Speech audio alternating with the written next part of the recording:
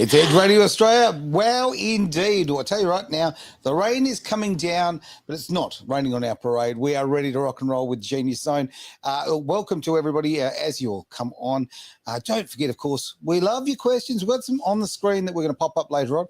But if you've got something fresh, throw it our way. Of course, my name's Aaron. I like to show up every week and, press these buttons and let this magnificent woman over here do her thing. This magnificent woman I speak of is Terry Messenger. Woohoo! Oh, the genius herself, right? Ready to go.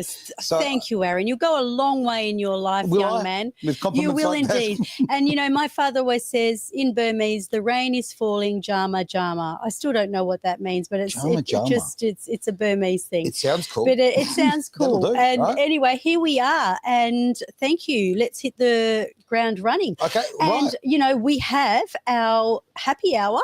We are. Because we are in the happy hour. We are in the prime zone here, Thursday night. You put yours a bit far away. I mean, geez, what are you doing there? Let's get things started properly with a toast. Cheers. Okay? To your genius. To the genius zone. And drink in moderation. And if you can, good. And if you can't, then don't drink at all.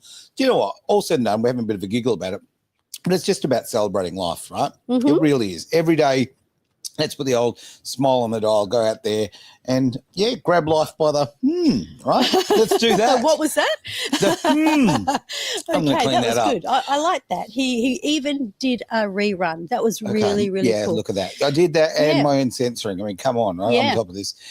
We're going to jump into the show today, but now I wondered if you had a little preamble you want to talk about, or definitely. Do you want to jump into the questions? What do you think? Yeah, I want to touch on a few things first, just to sort of let everyone know what we're going to be talking about. Okay.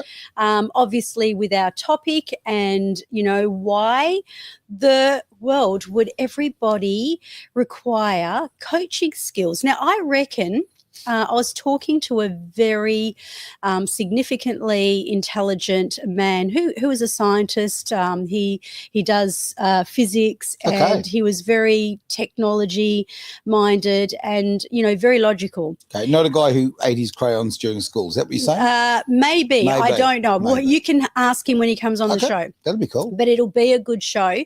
He's going to be doing AI with us and that's going to be quite, something else. But the man is an intellect. Okay. And he's very, very logical. But he said something very profound, which was that if we all from the age of 13 to 65 all learned the psychology of relating to humans and communication and the science behind that, then that would really give us a great foundation for life. You don't need to go out there, in other words, and necessarily become a coach. Okay. But by learning these skills, Aaron, by learning human psychology, by understanding the way that people tick, and also, I mean, obviously I'm a great advocate of it, but neuro-linguistic programming, the magic of your words, and your words really are your wand.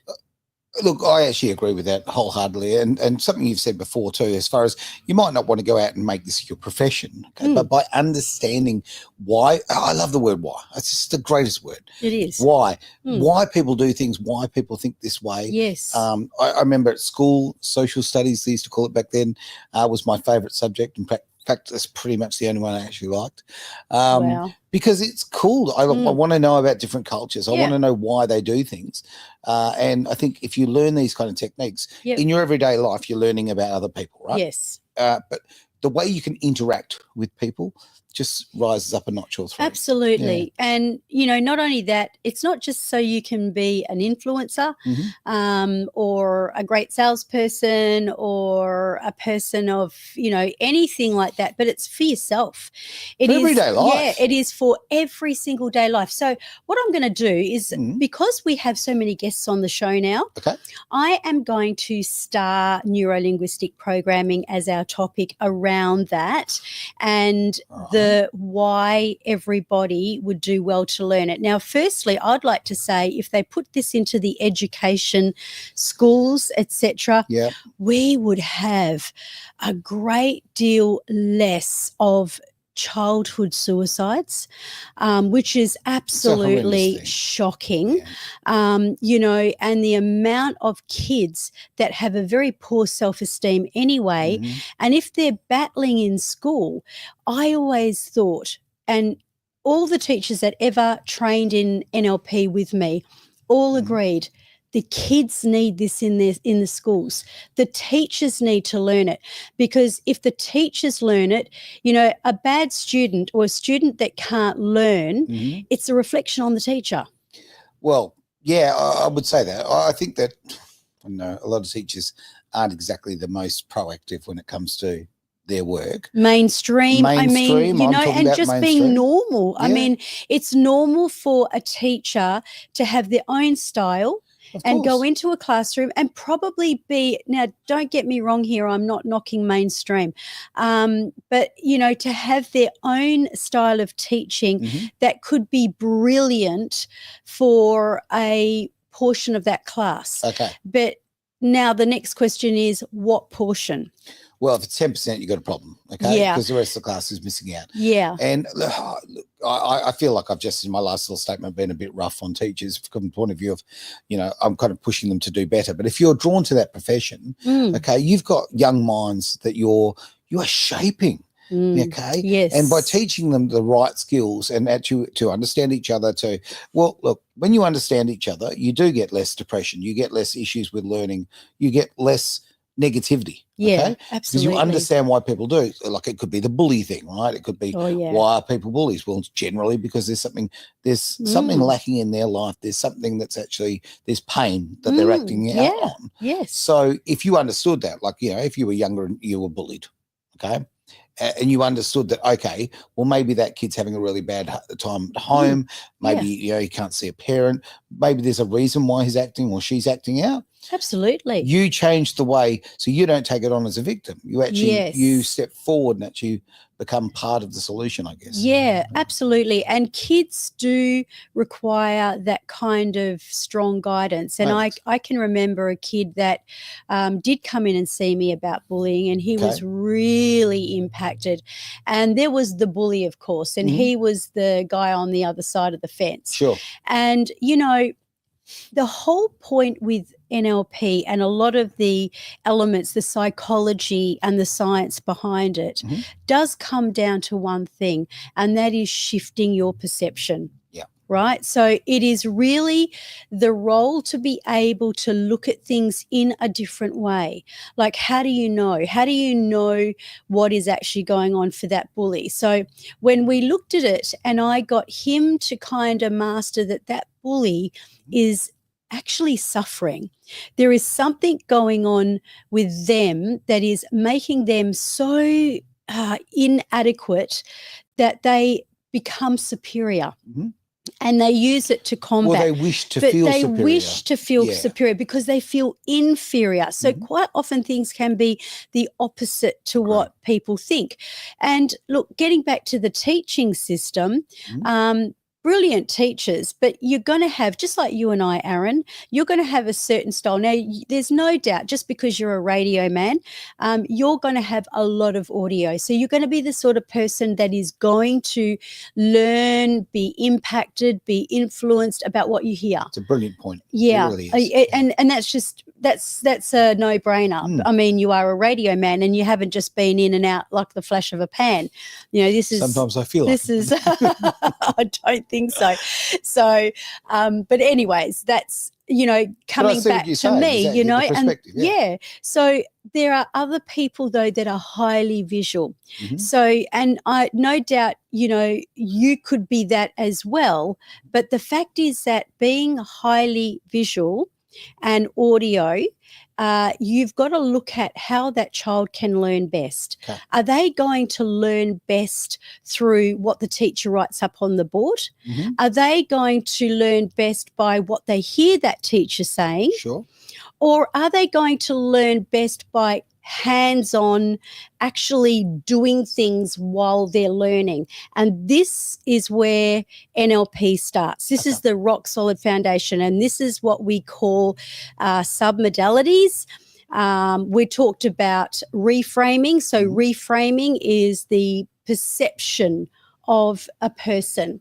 So whatever perception is going on, what about if you could shift it? And that is the big element. So if you don't mind, I would like to focus on, before you hit the ground running with questions, things like rapport building, sensory acuity, because that's a big term. Yeah, but people will always, they won't really remember every word you said, of course not, but they'll remember how you made them feel.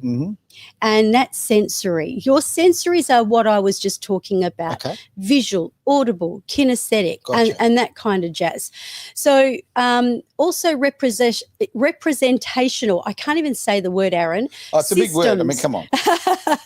So this is, again, you learn through NLP how you function. Are you a better learner through visual, audible, kinesthetic? And what about the other person?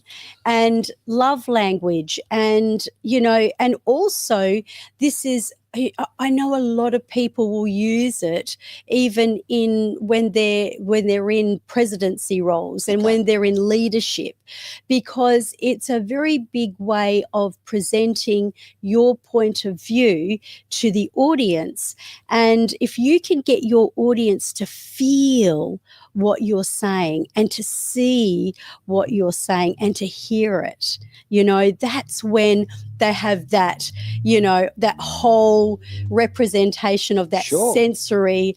And that's when they learn, because you're helping them to see things and make visions in their mind. Like, would you like to come with me on this long country road? And we will take a smooth ride in the V8 where you'll hear the engine and, you'll feel the engine. And as the window's down, maybe you'll even get a little flint of wind that just passes by your eye. Well, what are you doing there? You're painting a picture. I am. You're using your words to paint a picture, and I can now see that. Okay, I can hear that V8. Yes. I'm enjoying that. I wouldn't say the wind in my hair. I spoke in your terms, of course. I do appreciate that. Oh, yes, so much. sorry about the wind in the hair. I missed that one. But I'm living in the it was past, the wind that went past the eye, though, and did the flicker of where the teardrop just came to the corner of the eye. And emotional moment, remembering my V8. Yes, okay. So, the more you can express to people when you're wanting to get something across. And, of course, we all understand, well, we don't all understand, people like truth. Yeah. People want the truth. We do. So if you are wanting to make a point, whether you're a lying politician, I'm not saying politicians all lie, but, whether you are, safe statement.